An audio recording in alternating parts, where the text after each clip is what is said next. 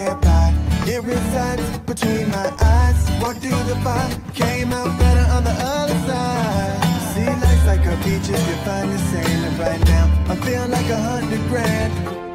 You are listening to Inspired Insider with your host, Dr. Jeremy Wise. Dr. Jeremy Weiss here, founder of InspiredInsider.com, where I talk with inspirational entrepreneurs and leaders. Today is no different. I have Stephen Whiting of StreetText.com. Before I formally introduce you, Stephen, I always like to point out other episodes people should check out of the podcast. And this is going to relate to paid ads and sometimes even the agency world. It's kind of like a cross between SaaS and agency. But I had Jason Swank on the podcast who talked about how he built up an agency to 8 figures and sold it. And then he's been buying up agencies. He also has an agency group. That was a really interesting interview. Also talked to Kevin Hurrigan, who Kevin had an agency since 1995. So he's really talked about the evolution of the space and his services and the company. So that was an interesting one as well. Check more of them out on inspiredinsider.com. And this episode is brought to you by Rise25. At Rise25, we help businesses give to and connect to their Dream 100 relationships. And how do we do that? We actually do that by helping you run your podcast. We're an easy button for a company to launch and run a podcast. We do the strategy, the accountability, and the full execution. And kind of, Stephen, we call ourselves the magic elves that work in the background to make it look easy for the host so they can build amazing relationships, create great content, and just run their business. You know, for me, the number one thing in my life is relationships. And I'm always looking at ways to give to my best relationships. And I found no better way over the past decade to profile the people and companies I most admire and share with the world what they're working on. So if you've thought about podcasting, you should. If you have questions, go to rise25.com to learn more. And I'm excited to introduce Stephen Whiting. He's the co-CEO of StreetText. And StreetText is an ad tech platform integrated with Meta, giving businesses agency level ad capabilities in-house. And Stephen, I believe people can log into StreetText and actually run their ads from StreetText and not go Correct. into, I don't know. For me, it's complicated going into the ads manager? Facebook Yeah. ad manager. And this is not my expertise at all, but I could see how a much easier, better interface would make it so much better and easier. And Stephen's worked with Meta since the day it opened up ads in the newsfeed in 2012. And StreetText has worked extensively in the real estate industry, and their customers have generated over 5 million leads, translating into hundreds of millions of dollars in value. And StreetText serves other industries and agencies alongside the real estate niche as well. So Stephen, thanks for joining me. Thank you. I'm very excited to be here. It's really cool what you've created here. Just talk about StreetText and what you do. And if you're listening to the audio, there is a video piece, and I'm going to poke around StreetText as Stephen talks. So tell us a little bit more. Perfect. Thanks, Jeremy. So StreetText is an ad tech platform, like Jeremy said, that's connected to Meta.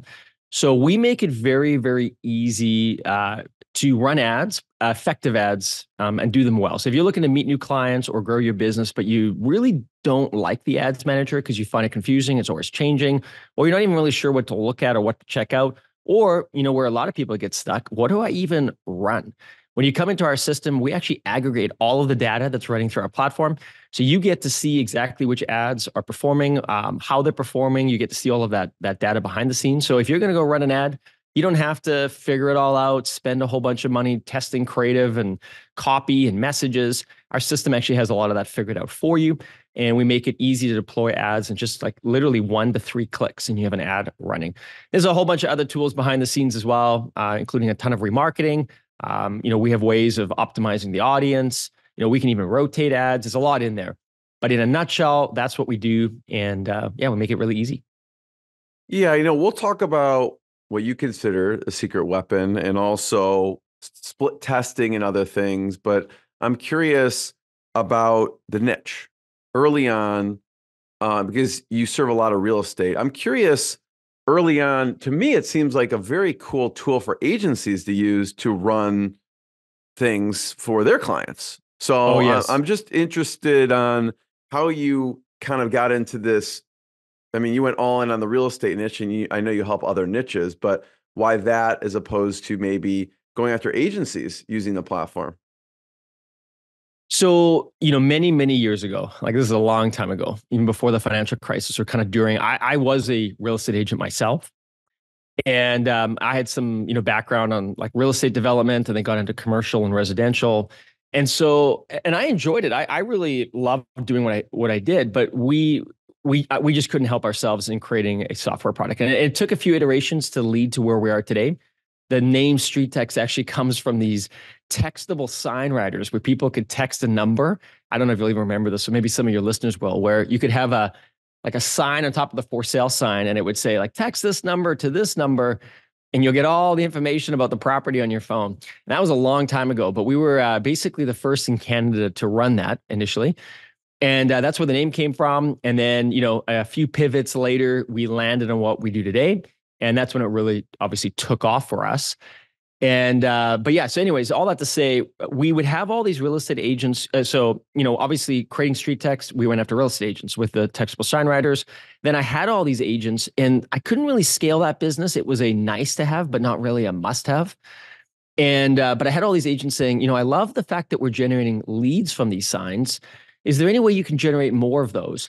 And, that's when Facebook at that time, not Meta, but, when Facebook opened up the news feed, and you could start to run ads. Before that, a lot of the ads were running, kind of, back in the early days of Facebook, kind of all over the screen, and they didn't really have a lot of ROI, and Facebook knew that.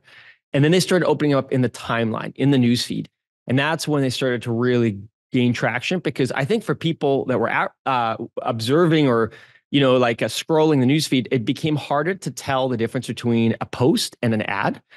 And that proved out to be very successful. And so anyways, we jumped on at that particular point in time. I can tell you some crazy stories if you want, on how we actually landed on our very first customer, because we were done. I mean, it was down to the last few $100s a client gave us. I can get into that story if you like.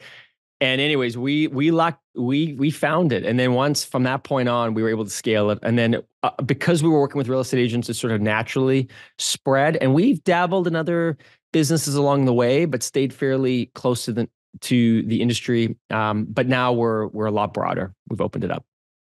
So yeah, definitely talk about the last few $100s. But okay, before sure. you get there, I'm curious. So the first version was someone would text the sign, and would your software automatically send that information to people when they text it? Exactly. Yeah. So we would send the information to the consumer, and we would collect the information, obviously, from the consumer, and we would give that to the real estate agent.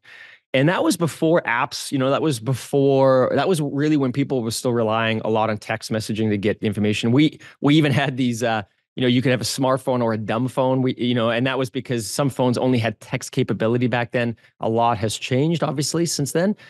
But those are the early days. And, but yeah, we were working with a number of real estate agents, but we were selling a $15 a month product. Plus we would have to phone the agent and explain to them how this whole thing worked. And so it wasn't scalable. I mean, you could not get a sales team or a team around, explaining how everything works and selling it for $15 a month. It just didn't work. By the time you talk to them, you're like, we're unprofitable. Yeah. But when when you're young and you're getting started, that's part of the journey, is because you just think to yourself, oh man, if I can get like 1,000 or 10,000 agents, this is going to go great. And so anyways, we're doing that, and it's working, but not scaling. Back then, my brother, John, and I, we had another partner in the business too, but I mean, we were paying ourselves, if we could, $1,000 a month. We're trying to pay some staff. It was really tough going back then. All the money was going back into the business. And, but you're just an entrepreneur, and you're believing in what you're doing. And we were working with this client, Daryl Reuter, who was actually I'd known him for many years, but he basically was one of the clients that said to me, look, if you can generate leads for me outside of this on Facebook, I'll give you $500. And I was not an advertiser, like at that time. I'd never run ads. And so I did everything I could to learn in 2012 and 2013 and getting into 2014, over those kind of early years of the newsfeed. But I took that $500 and I was trying a bunch of different things. And I'd also bought a house that I was renovating, and my first daughter was about to be born, and the company was just like nosediving, and it was a really stressful time. And I remember I was down to probably the last $50 or $60. I had generated him like nothing. This is one of the things about ads that's so crazy. You can have an ad that looks very similar to another ad, but if the copy's wrong or something's just wrong, one of the ads Facebook will take your money on it and they'll spend it, but you'll get nothing out of it. And if you've got the ingredients right, and I guess the formula right, if you will, all of a sudden you can generate leads. And so I went to a Starbucks in the morning. It was a Sunday. I ran this last ad. I literally had about $50 left of this advertising money. I launched an ad that I thought was going to work. I went home and I was now lifting up this glue laminate on my kitchen floor, and it was some of the worst work you can imagine because you're trying to break this laminate up and it's glued down, so it's coming up piece by piece. And my phone just kept buzzing. I thought somebody was trying to call me over and over, but I was so frustrated with a lot of things at that time and this particular floor that I just didn't want to move away from it. And so I'm lifting up the floor and it just kept buzzing. And I go over to my phone to see who's calling me.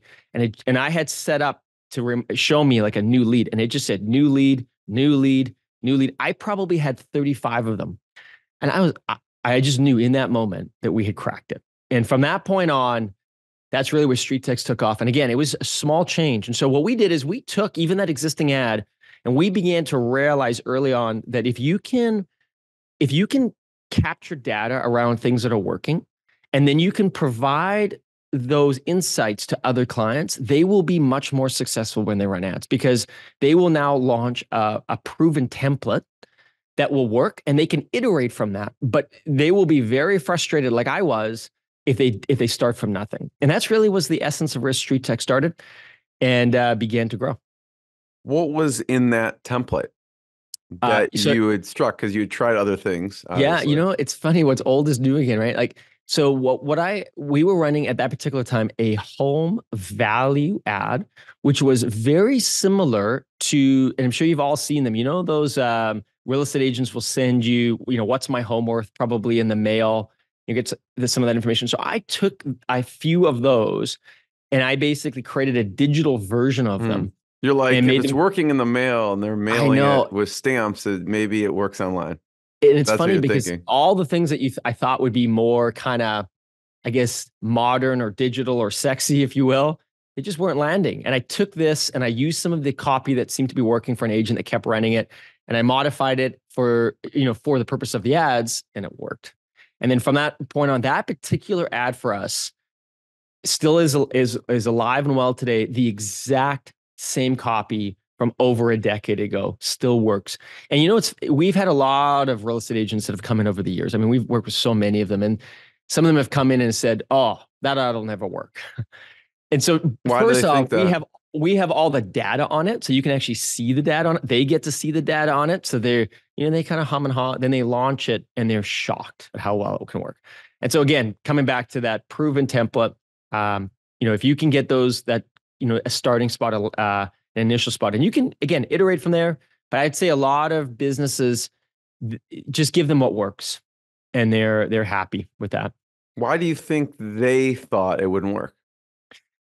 Well, I think I think we make a lot of decisions based on what we feel like we would do, right? And I'm just as guilty. I mean, I look at some of the marketing that I've seen even other marketers do, and I go, I don't like that.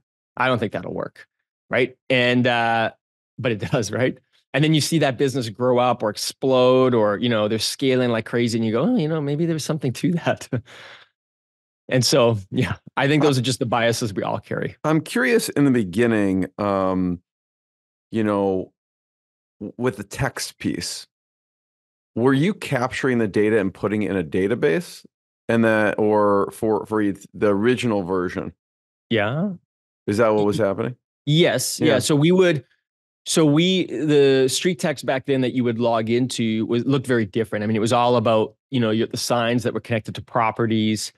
And we would then capture this lead and show you which property it came in on.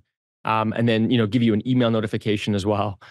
Yes, that's how it works. Interesting because at that time, that's pretty sophisticated. And you could have gone a totally different route even, because like I had the founder of Tatango on that sends text messages, or like that actually is a database for text messages. I mean, you could have Oh gone yeah, that route totally. too. But you went the When leads Facebook route. Here's another big one too. I mean, we even toyed back then. I mean, we wouldn't have been able to execute like they did, but this was before Twilio.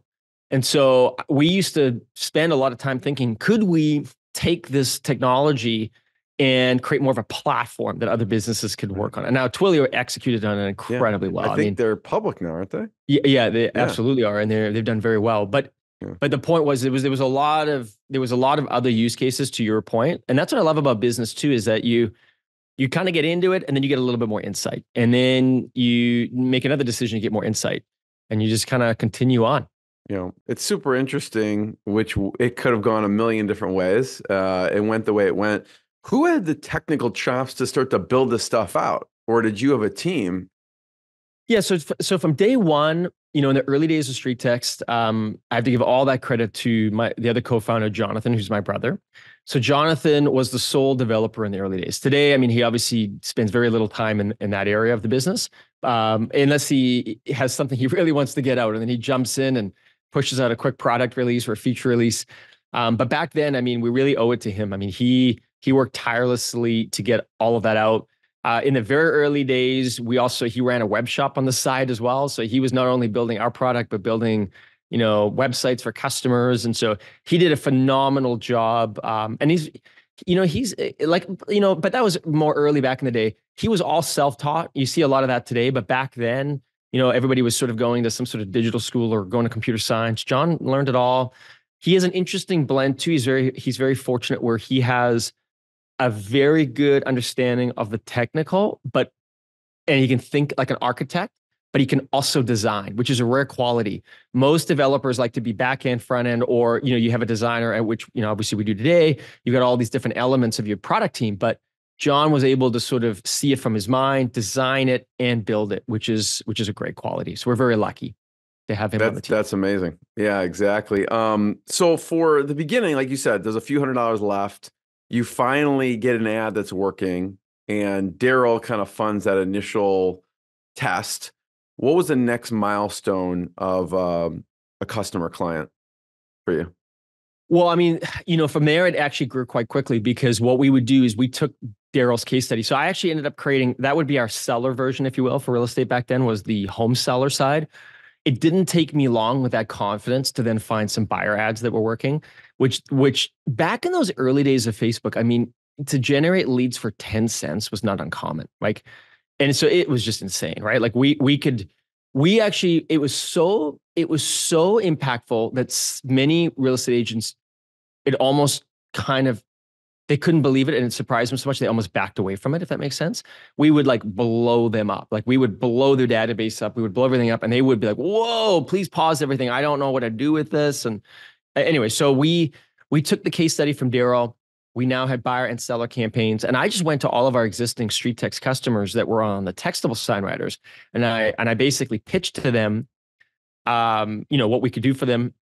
And we strung it together back then, because now we didn't have a product for it, right? So we strung it together using a bunch of different tools. I literally had the early version showing up in a Google Sheet for them, and the leads would show up in a Google Sheet. They didn't know how they ended up there. It was super, super manual on our part. But again, just getting that MVP out, proving it out, but people were all over it. I mean, those early days of selling it were pretty easy. And then I also think that there was there was a wave beginning. Was this a self-service, like the real estate agent? Walk me through. No, so back then it was really us. We had to run the ads for you. So we were essentially you were like a tech-enabled agency. Yeah, but we weren't selling agency prices. We were selling it to you if we had software.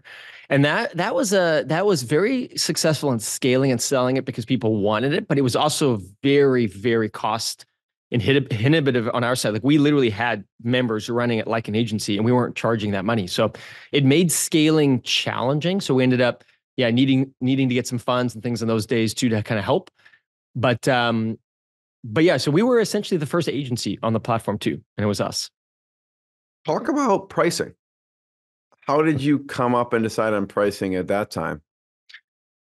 So pricing is another really great. I mean, there's so much on pricing. Pricing is just a fun. I think there's so much science in it, but there's also just a ton of like art, right? We actually had. So we were charging on the first product $15 a month, if you remember. And so the very first version that we sold of the kind of ads component, we came up with $80 a month. And we thought it was insane. Like it was so expensive. Like would people buy it? And they bought it. And we were like, oh man, this is amazing. Like, we were making, now in like 9 months in the previous product in 1 month. And we were like, just so excited. And then we went to this a speaking event of some sort. And there was I forget exactly who was there, but there was a company there and they said, what you do with pricing is you double it. And if nobody complains, you double it again. And if nobody complains, and we were like, that's insane. But we went for lunch and we were like, you know what? We're going to do it. We're going to double it. We're going to see what happens. But we were freaking out. We doubled it and we sold just as many, right? And we considered doubling it again, but we got scared.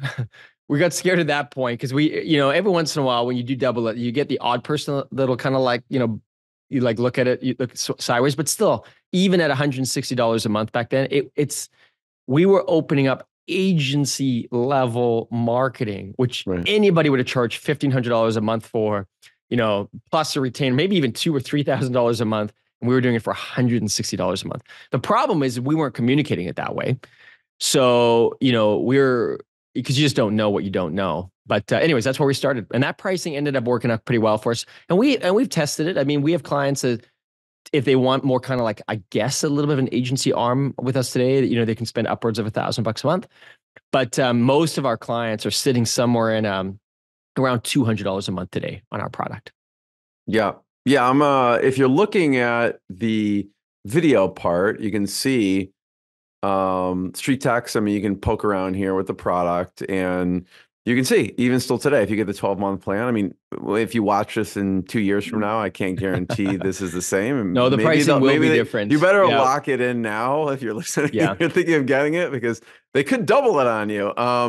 But it's still $160 right here if you get the 12-month plan. Right? Yeah. And this pricing actually worked well for us too, because you'll notice in this old pricing, again, it might not be the same when you look into the future, but we would charge upfront for either 3, 6, or 12 months, which I'm staring at on the screen here. And the reason we did that too is, we're still in right now, a lot of it is lead gen. We have a lot of branding and marketing now built into the business, which I would say is a totally different kind of angle.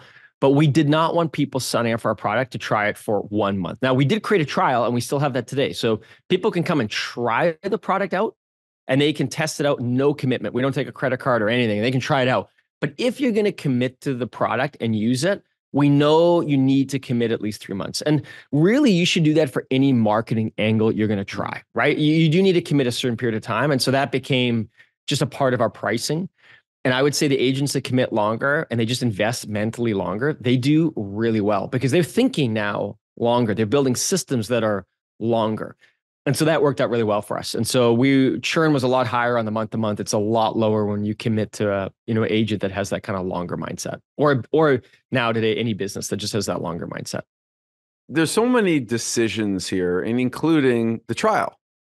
So I'm curious, people go a 7-day trial, 14-day trial, 30-day trial. Why 7 days? I'm sure you've searched long or thought long and hard about this one. Yeah. So 7 days is for those listening, it is a beautiful trial period. Not to say that some of your customers won't be frustrated, and some of them will be, because 7 days is really not long enough to, really get your hands in. But keep in mind, and we're becoming more of a PLG motion, and that's like a product-led growth motion in the future, which means that when you sign up to a product, it's very, very intuitive. But there's elements of our product today that are not yet I shouldn't say that. You can sign up and get connected pretty easily, but you can run into, like, we're connecting you to Meta, right? So they can be the odd challenge or disconnect or thing that we just need to help you with to get that all connected. But one of the beautiful things about our product is that even in 1 day, like if we have somebody that signs up for StreetText on the trial and they get Meta connected and we help them or they can do it themselves. But if we help them or they do it, they figure out how to launch their first ad. Typically within a few hours, they've got leads coming in. And so I think there's a beautiful element about our product, which may not be the same for every other software company out there, but ours is where you can kind of go. I think well, we know this, a big aha moment, our first aha for a lot of our customers is, does this actually work? And when they come in, they launch their first ad, and within just a few dollars of spend and a few hours, leads are showing up. That first aha is realized. And our 7 days is really about proving that out to you. Now, if you want to make the system work and you want to, really grow this, we're going to have to connect to your CRM. We're going to have to build out some systems. You're going to have to think a little bit differently about how you want to work these leads or this, build out the content for your marketing. But that's the first aha. And that for us serves us really well in 7 days. I consider, I think, Stephen, a big milestone, which is, you could tell me if I'm right or not, but self-serve. So at what point, because you're charging platform SaaS pricing, but you're still executing it. You're probably building out the technology on the back end, so you no longer have to do that, but you're still having to do it. At what point do you transition to self-serve? They're going in, they connect it, they release it, they're running it, so takes the strain off of you and your team. Well, so today that is how 98% of our clients are running it for sure. The majority of our clients, or maybe 95%, and I say the other 5% or so, or maybe it's 10% now, is that we'll do some stuff, but there's some increased costs for that. But most of the clients that come onto our platform today, they do it all on their own. We really, our product is really well situated for that marketer mindset, and it could be any business. Like I'll say real estate agents, but real estate agent is obviously in the business of selling real estate and meeting clients and doing all of the real estate business, but they have a marketing function. They believe they do, and they love marketing, and they want to be the number one agent in the community, or they just want to make sure that they're seen or people are talking about them, et cetera, right? So they put that marketing hat on and we serve them incredibly well. And that can be the same for even if you're a marketer in an existing business and you just want to access tools at the agency level, you could use our product. Or, so that marketing, I guess, persona around our client is a big deal, because if you're not a marketer, you can still get value on the real estate side from our product by just, launching a few ads, but then you'd be better off having us run the ads for you, even though you could do it yourself. We've made it so it's so dead simple to do, but just like any other platform, some ads are going to perform better than others. You need to be kind of looking at that. We make it easy to make those decisions, but nonetheless, it's not like AI is yet running those ads for you. And so you have to have a little bit of a marketing kind of desire behind the scenes. At what point could you actually transition that so that it was self-serve? Entirely? Yeah. Because obviously now that's how it works. But back then you were running it behind the scenes. When was the point when you're like, okay, we're flipping the switch. They're just going to go in, sign up, and start running it? Yeah. Well, I mean, so are you asking when did that happen, or could we make it completely? Yeah. No. When did it happen? When you were able to transition from, you were a tech-enabled agency to really a SaaS. It took us a number of years to get it right. But I would say probably like maybe 2016 or 2017, it was really running more on your own. And then the tools just got better and better and better. And we're always trying to work on that user experience. I mean, I think if you signed up, you think it's, amazing, but we look at it and go, oh, we can make this better, and we can make this better, and this is confusing. And so we have a phenomenal product team that is always working on trying to improve that experience. I want to talk about the features, because, all these features come from customer feedback or you internally are experimenting with, we think this is going to make it better, right? So it started off, it's just a fascinating evolution from just a text. Now you're actually going in and you're able to launch ads for people. You can see here, you can launch an ad funnel in a few seconds. It syncs with your CRM.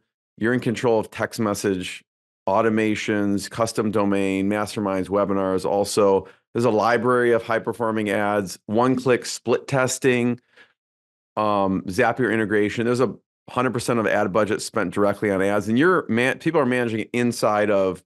That's right. Platform. They're using their own ad account. Yeah. They're using their own business manager, which is a big deal too, because if you want to build your brand and if you want to make sure that you're not losing, And again, it's just a different model, but a lot of companies will take a percentage of your ad spend, right? We don't do that. So 100% of your money is spent on ads that you spend on ads. So talk about maybe one of these key Sure. features Well, and how you came to actually deciding to sure. launch it. If you don't mind, maybe I'll talk about a couple because they can lean into each other a little bit. But the one of them that's really popular with us, which again, nobody else really knows or does, is a little bit lower. And it talks about our split testing. So that one-click split testing. This actually came from an in-house agency person that we have working in the company that still works with us today. He is an advertising genius. And keep in mind, we spend a lot of money on Meta. So we have all these different, professionals that we get to speak to, especially over all the years that we've worked so closely with him as a partner. So we discovered, or he discovered fairly early on in conversation, that when you launch ads on Facebook, most people are going to split test their copy. And what I mean by copy is like the text, or they're going to split test their image. And that's all really good things to do. But what we realized is that you actually want to split test the audience. And you want to launch the exact same copy, the exact same image. And it seems counterintuitive, but here's an example, is we would run an ad, like let's say that home seller ad. And in the real estate world, there's a number of extra restrictions, but you've got this fairly large radius you got to run ads in. And the area is quite large, and there's a lot of people that live there. And when we launch an ad, we do it 3 times, because what Meta is essentially doing is in the first 24 hours, especially, sometimes up to 72, but it's mostly in that first 24 hours, they're essentially using the first 500 people that look at the ad as their indication of who the audience should be. And then they're going to continue to find an audience like that. But that audience is not the same. So you can run the exact same ad, launch at the exact same time, and Facebook is essentially finding different audiences on those ads. And this is the reason it's such a big deal is that one of those ads, the audience might be, say, $20 leads. Another one is, say, $17 leads. And the third one is like $4 leads. And what we have found is that once Facebook tends to find that, they will continue that, sometimes even indefinitely if the engagement stays high, or sometimes for years, where you can continue to keep that lead price on an ongoing basis. But if you had run the ad once, maybe you thought you could only have got $18 leads. But because of the split test, you were able to significantly lower your lead price based on the audience. Now, lower lead price isn't necessarily everything, but I would say for the majority of our customers, it is a big factor in the decision-making, and our tool automatically will do this for you. So as you're launching an ad, you can auto leverage the split test. It will automatically find you the lowest price lead, and then you can turn off the other ads. You spend a little bit more, say, for the first day, but ongoing, you've now saved hundreds, if not thousands of dollars in the future. So I could see the real estate niche. You came from that niche. You get a lot of people coming in for that. What other niches are using StreetText?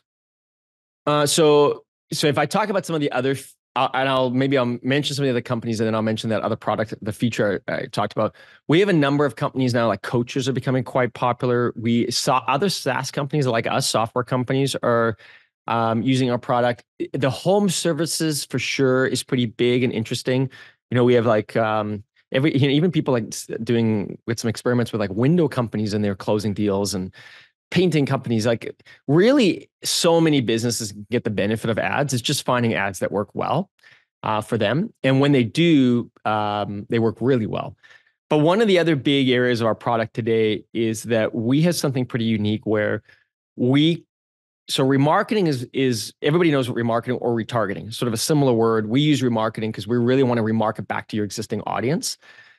But it's really about the content that you're creating. So again, I'll use a real estate example, but again, this applies to any business, is that when you're generating all these leads, or you've got people that are visiting your website, or, et cetera, you really need to have marketing that is staying in front of them on an ongoing basis, because that person might buy from you in next week, or they might buy from you in 6 months, right? And if you forget to stay in front of them, they'll just move on. They'll find some other business when they're closer to their buying decision timeframe. So we have made the remarketing very, very easy. Again, like I would say even easier than the lead gen side, which is super easy. And what I mean by that is that all the audiences that you need to go after are like a one click. You don't have to even worry about it. We have a whole bunch of pre-built ads in place. We can even take your existing content and turn it into remarketing. but what makes our system so unique is that we build something called ad bundles.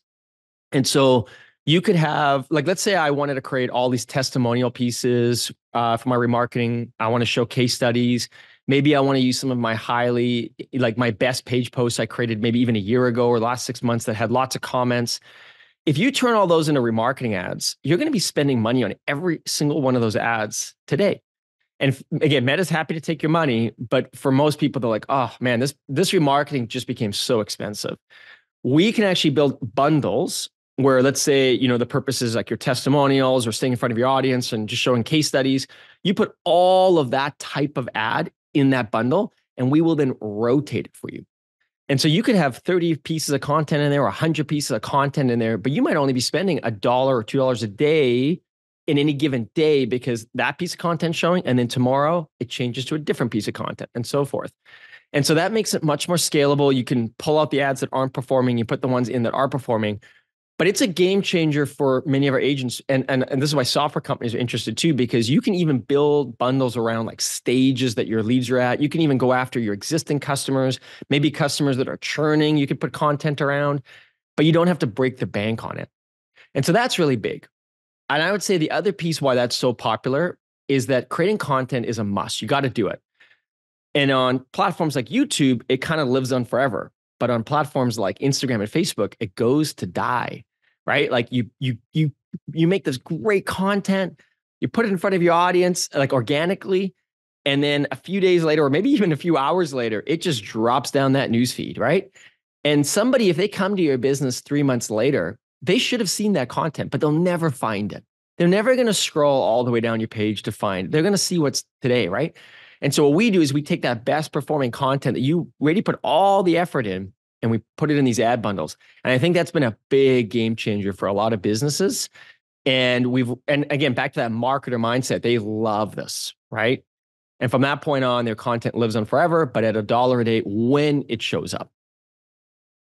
Yeah, I was in the front of the interview, I mentioned the secret weapon. And that secret weapon that Steven's talking about is the remarketing piece, right? You spend all this time, energy, and money, and then just for like a couple of dollars a day, you're actually back in front of them, utilizing the effort that you did in the first place, I imagine, right? Yep. Yeah. Go ahead. No, I was going to say, I think my favorite is when we got all these, stories of this, but like when customers just start saying that they're in a Home Depot and somebody walks in and says, I see you everywhere, right? And that's the power of it, because you're only targeting the people now that are in your database that matter most to you, and they do see you everywhere. Do you have agencies managing their agency and their clients using StreetText? We do, yeah. Mostly they're real estate agencies, and what they do is they kind of use the same technology that we built to scale up. So they can, depends what they want to do with their customer, but they can either run ads for their customers, or for a lot of them, that's actually essentially how most of them are doing it today.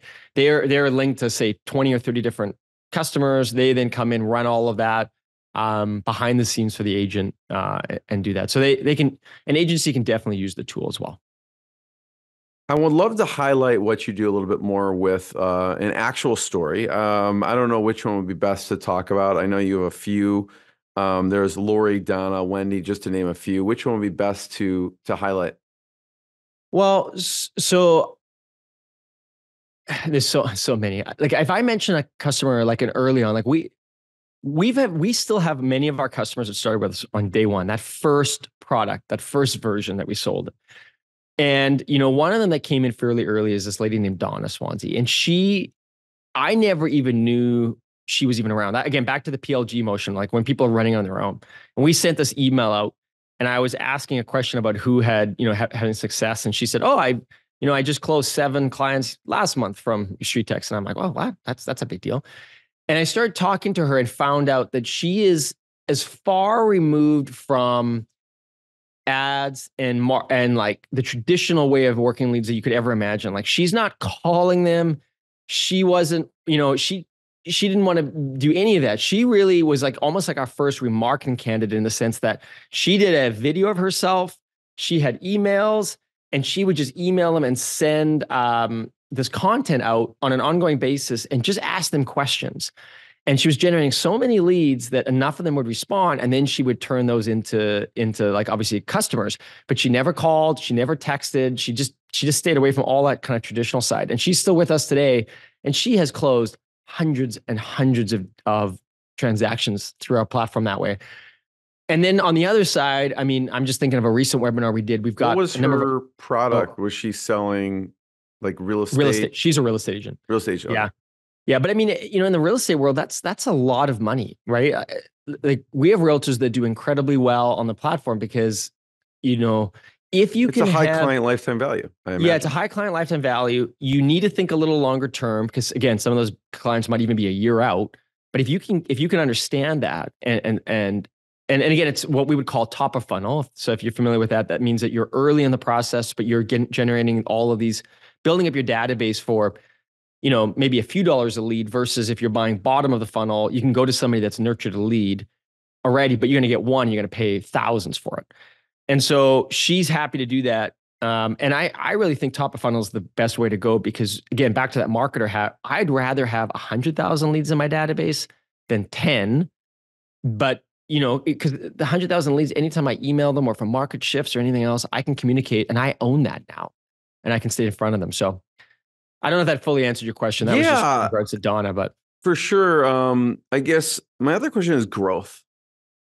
One of the things from my research, obviously you grew, there's word of mouth, but you've also grown through partnerships, it seems. Other people in the real, talk about growth through partnerships.